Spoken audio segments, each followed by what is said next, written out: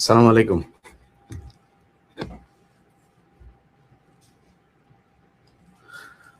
প্রথম আলো এবং ডেইলি স্টার এই দুই অফিসে বিপ্লবীরা গিয়েছিল এবং তারা মনে করেছে যে এটা ভারতের একটা শাখা অফিস এখানে, যে কারণে এটার কার্যক্রম এই দেশে চলতে দেওয়া যাবে না। এটা মনে করেছে, যে কারণে তারা সেখানে কাজ করেছে। স্বরাষ্ট্র উপদেষ্টা ডেইলি স্টারের এখানে কি হয়েছে, এটা তাড়াতাড়ি এদেরকে সেভ দেওয়ার জন্য। এই শুয়োরের বাচ্চাদের মাগিদের সাথে আকাম কুকামের ভিডিও থাকে, ওদেরকে দিয়ে যা মনে চায় তাই বানানো যায়, যে কারণে এদেরকে দিয়ে এগুলো করা যায়, এগুলো করানো হচ্ছে। তো পুলিশকে বলবো, কোনো বানের গায়ে যদি মিনিমাম টাচ করার চেষ্টা করে সবকটার ইন্ডিভিজুয়ালি দেখা হবে। এডিসি, এসপি, এই পুলিশের ওসি কোনো না, তারপরের দিন থেকে ওটার পিছনে লাগা হবে। যখন যেখানে যেটা পাওয়া যাবে, যেটা বের করা যাবে, সেটা করা হবে। সো খুব সাবধানে এদের গায়ে, এরা এই দেশের বিপ্লবী, এদের কারণে তোরা এখানে এই ঢাকা শহরের ডিসি হয়েছিস। তোরা ছিলি খাগড়াছড়ি, বান্দরবন, সিরাজগঞ্জ, সিআইডি, এসবিতে নিয়ে বসায় রাখা হয়েছিল। এদের কারণে তোরা ঢাকাতে আসতে পারছিস। অতএব খুব সাবধানে করতে হবে। এই দেশের মানুষের যে ভুল হয়েছে 5 তারিখের পরে, ভাই আপনি আমাকে বলেন, প্রথম আলোর একজন সাংবাদিক, কালবেলার একজন সাংবাদিক, 71 টেলিভিশনের, সময় টেলিভিশনের একজন সাংবাদিক, একাধিক এই দেশের আলেম বক্তব্য দিয়েছে, তারা স্বীকারোক্তি দিয়েছে, তারা বিভিন্ন জায়গায় ইন্টারভিউতে বলেছে তাদের গুম করা হতো। সেই গুম করার এখানে প্রথম আলোর টিপু সুলতান নিজে উপস্থিত থাকতো, মহিউদ্দিন নিজে উপস্থিত থাকতো, মতির সাথে কথা বলতো ইন্টারোগেট করা অফিসার, ডেইলি স্টারের লোকজন উপস্থিত থাকতো, সন্তোষ শর্মা নিজে উপস্থিত থাকতো। আপনি আমাকে বলেন, এই পৃথিবীর কোন আইন দিয়ে সেই মানুষগুলো আবার এই দেশে সাংবাদিকতা করবে? গতকালকে একটা মধ্যে পাকিস্তানের পতাকা বসানো হয়েছে জগন্নাথ ইউনিভার্সিটির পাশে, জগন্নাথ ইউনিভার্সিটির ভেতরে, ক্যাম্পাসের ভেতরে। সেখানে ভারতীয় কিছু দালাল পাকিস্তানের পতাকা, ভাই পাকিস্তানের পতাকার মধ্যে আপনি হাগেন, আমার কোনো সমস্যা নাই। আপনি ভারতের ব্যাপারে এই মুহূর্তে পাকিস্তানের সাথে আমার সমস্যা কি? কোনো সমস্যা আছে থাকলে আপনি ভাই উদ্ধার করেন, আমার কোনো সমস্যা নাই। কিন্তু আমার এই মুহূর্তে আমার একটা ছেলেরে মেরে ফেললো এই ভারত, আপনি আমার পাকিস্তানের উপরে পাড়া দিয়ে করেন, এগুলো ভারত করায়। সেই নতুন করে এক বার করার চেষ্টা করে পাকিস্তানের বিরুদ্ধে। আরে ভাই পাকিস্তানের বিরোধিতা, পাকিস্তানকে আমার ভালো লাগে, পাকিস্তানের সাথে আমরা এক হইতে গেছি না, পাকিস্তান আমার সাথে এক হইতে আসছে। আপনি ভারত আমার প্রতিদিন, গতকালকেও মানুষ মেরেছে ভারত, সীমান্তে মারে নাই, গতকালকেও মেরেছে। এই গত 15 বছরে কত মানুষকে গুম করেছে ভাই, প্রকাশ্যে। শিলং সালাউদ্দিনকে নিয়ে গিয়েছে, শিলং সালাউদ্দিন ওইখানে গিয়ে মাগিবাজি করেছে, কি করেছে না করেছে তাদের কোনো রাগ নাই, কোনো সমস্যা নাই, তাকে তো নিয়ে গিয়েছে ভারত। শুক্রঞ্জন বালিকে বাংলাদেশের সর্বোচ্চ আদালতের সামনে থেকে তুলে নিয়ে যাওয়া হয়। সেই দেশ তো এটা। একটা নদীর পানির হিস্সার কথা বলে ফেসবুকে একটা পোস্ট করার কারণে আবরারকে হত্যা করা হয়েছে, সেই বাংলাদেশ। আপনি সেই ইন্ডিয়ার বিরুদ্ধে একটা পোস্টও নাই আপনাদের। ভাই আপনি আমারে পাকিস্তানি বলেন, আমারে ভারতীয় বলেন, যা মনে চায় যে এটা বলে গালি দেন। আমি যদি দেখি যে আপনি পাকিস্তানকে বলে পাকিস্তানের বিরুদ্ধে বলছেন, অ্যাজ ওয়েল আপনি এই এই ইন্ডিয়ার বিরুদ্ধে বলছেন, আমি বুঝবো যে না ভাই এই লোকটা দেশপ্রেমিক। আমি আমেরিকায় আছি, তো আমার আমেরিকাও আমার বাংলাদেশের বিরুদ্ধে অবস্থান নেই, এটা আমি কখনোই চাবো না।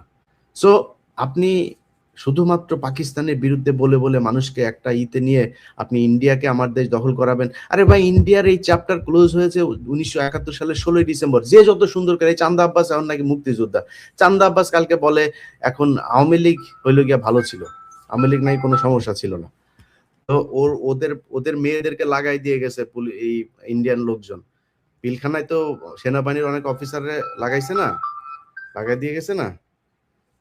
তো এখন এই 15 বছরে এরা আমার দেশের মানুষকে মানে নিজে উপস্থিত থেকে ভারতীয় হাইকমিশনার ইয়েকে দিয়ে বসায়, একসাথে বসায়, তারা এই সিটিটিসিতে বসা মিটিং করে, মিছিল করে। তারা এই দেশে সাংবাদিকতা করবে? এটা সাংবাদিকতা? এটার নাম সাংবাদিকতা? তারা এই যে গতকালকে প্রথম আলো নিউজ করেছে জগন্নাথের, এটা নিয়ে পাকিস্তানের সাথে আমাদের ঝামেলা শেষ হয়ে গিয়েছে, আমাদের সমঝোতা হয়ে গেছে না কি যেন একটা শিরোনাম করেছে। হ্যাঁ হয়েছে তো, পাকিস্তানের সাথে কি চান আপনি, আর করেন, সমস্যা নাই। কিন্তু আপনি ভারতের ব্যাপারে এত উদার কেন? বিবিসির এই দালালরা, এরা নাকি বালের ইন্টারন্যাশনাল তোদের তোদের কোত্থেকে টাকা আসে, তোরা তোরা মানে বিবিসি কেন প্রতিষ্ঠা হয়েছে এগুলি তো আমরা জানি। বাংলাদেশে তোরা আমাদের বিশাল আকারের তাহলে গরিব দেশ, আমরা এখানে যা বিবিসির নাম শুনে সবাই পাগল হয়ে যায়। তো ওনারা করেছে, ওনারা আপনার নিউজ করেছে গত 15 বছরে হাসিনারে নিয়ে কোনো কিছু তারা পায় নাই, কিচ্ছু পায় নাই তারা। এখন তারা নিউজ করছে ইদানিং আবার খুব পাকিস্তানের বিরুদ্ধে, ইন্ডিয়ার পক্ষে। তারা হাদিরে নিয়ে একটা নিউজ, হাদি মাদ্রাসায় পড়তো, হাদি বিভিন্ন ধরনের হিজবুত তাহরিরের সাথেও নাকি হাদির নাকি ইয়ের কথা শোনা যায়, বিবিসি পায়। বিবিসি বালদিয়া জিগায় কেউ বাংলাদেশে। তো এগুলো হচ্ছে কি আমাদের দেশের এই সাংবাদিকরা সাংবাদিকতা করেছে গেল 15 বছর ধরে, তারা এখন সাংবাদিকতা করবে, আবার একই রকম সাংবাদিকতা করবে। বসুন্ধরা গ্রুপের এই ওর নাম কি হায়দার আলী আওয়ামী লীগের লোকজনকে গুছিয়ে গুছিয়ে বেছে বেছে বেছে বেছে নিয়ে যায়, তারপরে তার টকশোতে বসায়। এই নিকোল আওয়ামী লীগের খাটযোদ্ধা ছিল, মন্ত্রীদের সাথে শুইতো, টাকা নিত, প্লট নিত, বিভিন্ন কিছু 3-4টা প্লট আছে তার। তো এগুলো এখন ওই আওয়ামী লীগের লোকজনের ডেকে ডেকে নিয়ে সে আওয়ামী বয়ানি করতে চায়। আওয়ামী লীগ তো এখন মানে রয়ের টাকা, আওয়ামী লীগের টাকা বিলিয়ন বিলিয়ন ডলারের মালিক, তারা টাকা দিতে সমস্যা নেই। তারা এই বুদ্ধিভিত্তিক একটা আবার নতুন করে এই ফ্যাসিজম বাংলাদেশে করার পায়তারা করছে। এটা করতে দেওয়া যাবে না। এই দেশের মানুষ যদি আসলে স্বাধীনতা চায়, তাহলে আমাদের শত্রু পাকিস্তানের বিরুদ্ধে দাঁড়ান, আমাদের শত্রু ভারতের বিরুদ্ধে দাঁড়াইতে হবে। যদি সেটা দাঁড়াইতে না পারেন, সেই 71-এর পাল্টাল নিয়ে গান টান গায়ে ভাই লাভ নাই। এই দেশে এই জামাত ইসলাম 1952 সালে ভাষা আন্দোলন পর্যন্ত ছিল, তারপরে ছিল না কেন? 69 পর্যন্ত জামাত ইসলাম, নেজামি ইসলাম সবাই ছিল। ড্যাক পর্যন্ত জামাত ইসলাম ছিল, ড্যাক নাম শুনেছেন? ড্যাকে পর্যন্ত ওই 68 সালের তখন পর্যন্ত ছিল। হঠাৎ করে এসে তারা মোচড় দিল কেন? এটা বুঝতে হবে যে 71-এর 16 ডিসেম্বরে কিভাবে আমাদের কাছ থেকে বিজয়টা নিয়ে নেওয়া হয়েছে, এই জিনিসগুলো হয়েছে। ভাই স্বাধীনতা চান, আপনি বিজয় দিবস পালন করবেন, আমি করতে চাই। আপনার চাইতে আমি অনেক বেশি স্বাধীন আছি, আপনি স্বাধীন। আরে ভাই 15 বছর 20 বছর বিদেশে বসে কামলা দেন, এটার নাম স্বাধীনতা? আপনি ঢাকা মেডিকেলে যান একটা ট্রিটমেন্ট নিতে, বড় লোকেরা সব এয়ার অ্যাম্বুলেন্সে নিয়ে যায়, তারপরে ট্রিটমেন্টে যায়। আপনি ট্রিটমেন্ট নিতে পারেন? আপনার লাথি দিয়া ফালায় রাখা হয় মেজের ভেতরে, 2 দিন পরে ডাক্তার আসলো না আসলে নাই, মারা যাবেন না বাঁচবেন, এটা নিয়ে সরকারের কোনো কিছু নেই। এটার নাম স্বাধীনতা? কে স্বাধীন আছেন আমারে বলেন? সীমান্তে যান, আপনি কি কোনো আর্মস নিয়ে গিয়েছিলেন? আপনারা ধরে তারপরে গুলি করে মেরে ফেললো কেন? কিসের জন্য? এটার নাম স্বাধীনতা বলে? এটা স্বাধীন দেশ? কোন স্বাধীন দেশের পৃথিবীর ইতিহাসে কোথাও কোন দেশে এইভাবে সীমান্তে গুলি করে মারে পৃথিবীর কোন দেশ দেখাইতে পারবেন আপনি? মেরে ফেলছে। আমার দেশের খুনিরা বর্ডার পার হইলেই সেই দেশে যায়, সেই দেশে গেলে তারা সর্বোচ্চ সুযোগ সুবিধা দিয়ে তারপরে রাখে। এটার নাম আমার স্বাধীনতা? এই স্বাধীনতা ভোগ করছেন, বিজয় দিবস পালন ভোগ করতে চান? ভোগ করতে চাইলে আপনাদেরকে কিছু কথা বলি ভাই, যে ভুলগুলো 5 তারিখে করেছিলেন সেই ভুলগুলো করা যাবে না। এই দেশে ছায়ানোট আছে না, ছায়ানোটের কোনো কার্যালয় বাংলাদেশের কোথাও থাকতে দেওয়া যাবে না। উদিচি আছে না, কোনো উদিচির কোনো অফিস বাংলাদেশের কোথাও থাকতে যাবে না। আজকে কাজ যা যা হবে হওয়ার পরে তারপরে আস্তে আস্তে আপনারা জানতে পারবেন। আপনার নিজের, এটা আপনার দায়িত্ব ভাই, একজন দেশপ্রেমিক হিসাবে ভারতীয় কোনো অফিস এই দেশে থাকতে দেওয়া যাবে না। বাংলাদেশের প্রতিটা গার্মেন্টসে টোটাল, আমি কিছুক্ষণ আগে গার্মেন্টস মালিকের সাথে কথা বললাম, প্রায় 5 লক্ষ ভারতীয় বাংলাদেশে কাজ করে, এবং এদের কেউ কিন্তু ছোট লেভেলের ওয়ার্কার না, এরা সব বড় বড় লেভেলের। আমার দেশের লোক আছে, আপনার লোক না থাকলে আপনি ক্রিয়েট করেন। আমার দেশে বহুত মেধাবী পোলাপান বাইরে চলে যায়, তারা বেতন নেয় ওখানে 50 লাখ 60 লাখ টাকা পর্যন্ত নাকি বেতন পায় তারা। সেই লোকগুলোর আপনি এখানে বাংলাদেশিদেরকে দিয়ে কাজে লাগান, সমস্যা কোথায়? বাংলাদেশের ছেলেরা তো মেধাবী, তাদের সে কাজের সুযোগ দেন, তারা দেশের বাইরে যাবে না, দেশে থাকবে, কাজ করবে। প্রতিটা গার্মেন্টস থেকে এদেরকে বের করতে হবে, যারা যারা না করে তাদের ওই গার্মেন্টস কারখানার ব্যাপারে ব্যবস্থা নিতে হবে। মুজিবের মূর্তি যেই জায়গায় এখন পর্যন্ত আছে, মুজিবের নামে যেই প্রতিষ্ঠান এখন পর্যন্ত আছে, আজকে রাতের ভিতরে সবগুলোকে একদম ডেমলিশ করতে হবে। কোনো কথা নেই, এর মাঝখানে কোনো যদি কিন্তু কোনো কিছু নাই। আওয়ামী লীগ যাহা তাহাই ভারত, ভারত যাহা তাহাই আওয়ামী লীগ।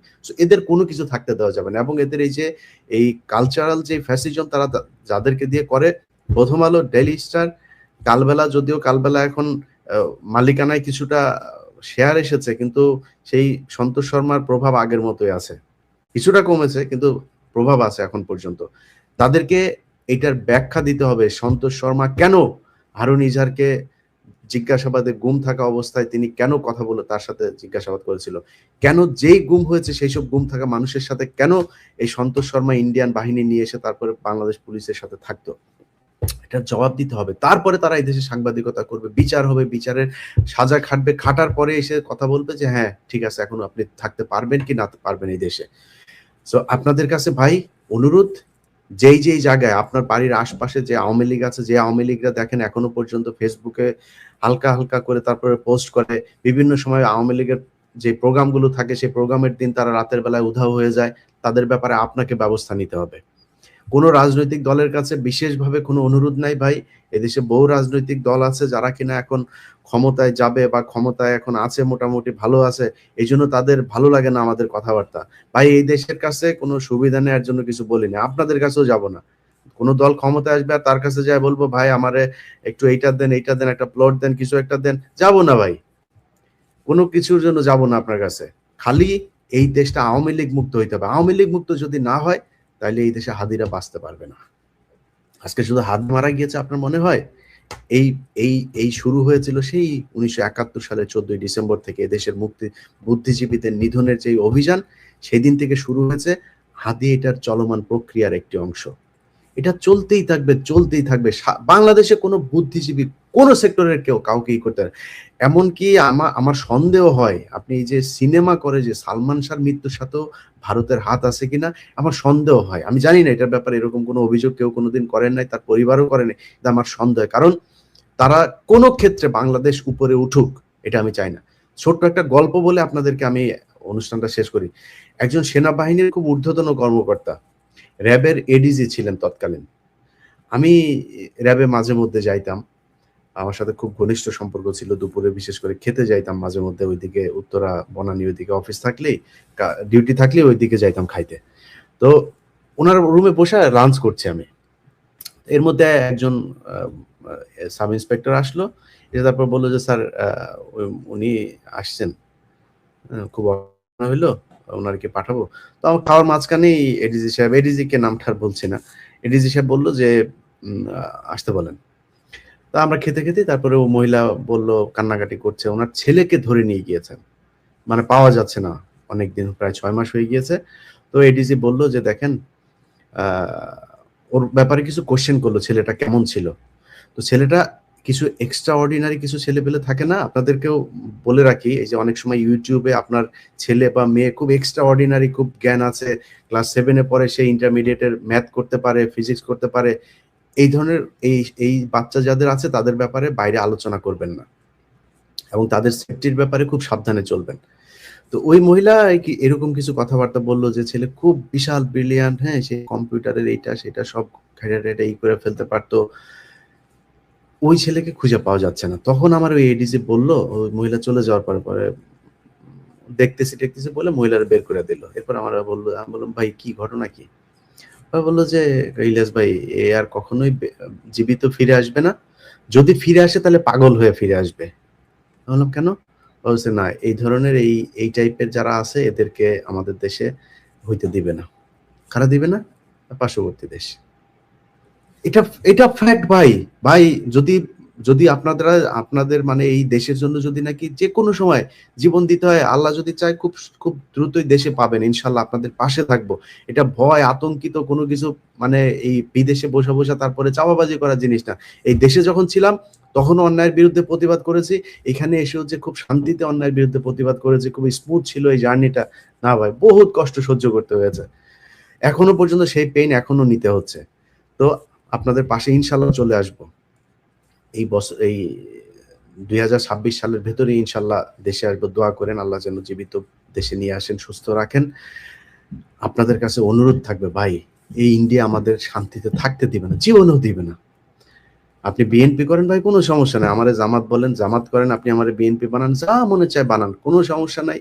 আপনার কাছে অনুরোধ, ইন্ডিয়ার ব্যাপারে সিরিয়াস হইতে হবে। যে যার জায়গা থেকে কিছু টাকা পয়সার জন্য আপনার ভবিষ্যৎ প্রজন্মকে ভারতের সামনে এইভাবে একটা সিংহের খাঁচার মধ্যে আপনার ভবিষ্যৎ প্রজন্মকে ছেড়ে দিয়ে যেন না, আপনাদের কাছে অনুরোধ থাকলো। সো আগামী কালকের ভেতরে এই দেশকে ভারত মুক্ত করতে হবে। আদিল লাশ দাফনের আগে এই দেশে ভারতের যত টুলস আছে প্রতিটা ইনস্ট্রুমেন্টকে এই দেশ থেকে একদম উইপড আউট করতে হবে। এছাড়া আপনি আজকে হাদি মরেছে, কালকে হাসনাত মরবে, পরশু আমি মরবো, তারপরের দিন সার্জিস মরবে, আপনারা কেউ থাকতে পারবেন না, একজনও বাঁচতে পারবে না। কয়েকদিন আগে হাদির একটা কবিতা দেখেছেন না? বিশ্বাস করেন ওই কবিতাটা দেখার পরে আমি এই ধরনের মানে সাইদি সাহেবকে কেন মেরেছে, সাইদি সাহেব একটা মিটিং করলে আমি বিশ্বাস করি সাইদি সাহেব যদি বেঁচে থাকতো, আজকে যদি ওনার মানে জেল থেকে বের হওয়ার পরে প্রথম কোনো জনসভা হইতো, যদি কম হইতো তাহলে 1 কোটি মানুষ হইতো, আমি এটা বিশ্বাস করি। এই তারেক রহমান দেশে যাচ্ছেন না, আপনি দেখবেন তারেক রহমান দেশে যাওয়ার পরে যদি তারেক রহমান দেশেই থাকতো তাহলে হয়তো এত জনপ্রিয় হইতো না। তারেক রহমান দেশে যাওয়ার পরে দেখেন আপনি কি পরিমাণে মানুষ ওই দিন ঢাকা শহর, আমি তো মনে করি বাংলাদেশ ওই দিন অচল হয়ে যাবে।